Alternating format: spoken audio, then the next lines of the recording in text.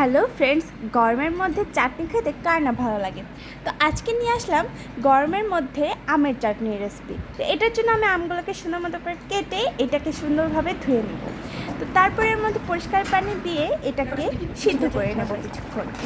এটাকে সিদ্ধ করার পর দেখো এটা খানিকটা এরকম অবস্থায় চলে এসেছে। এটাকে আমি কিন্তু হালকা লবণ দিয়ে সিদ্ধ করেছি। এরপরে আমি এটাকে তেলে দেওয়ার জন্য এর পাশে দেখো রসুনটাকে একটুখানি ছেঁচে তারপরে আমি তেলের মধ্যে দিয়েছি। তারপরে এখানে দিয়ে দিয়েছি আমি শুকনো মরিচ, আর এই যে সরিষা দিয়ে দিলাম, আর পাঁচফোড়নটা দিলে কিন্তু স্বাদটা অনেকটাই বাড়ে। তারপরে আমগুলোকে এর মধ্যে দিয়ে দিলাম। এই দেখো আমগুলোকে দেওয়ার পরে কিন্তু অনেক সুন্দর লাগছে, তাই না দেখতে।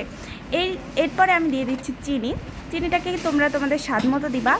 আর এটাকে খানিকক্ষণ জাল দেওয়ার পর দেখো এরকম ঘন হয়ে যাবে, অ্যান্ড তৈরি হয়ে গেল আমাদের চাটনি। এটাও কিন্তু তোমরা বাসায় বানিয়ে খেতে পারো, এটা কিন্তু অনেক টেস্টি হয় খেতে।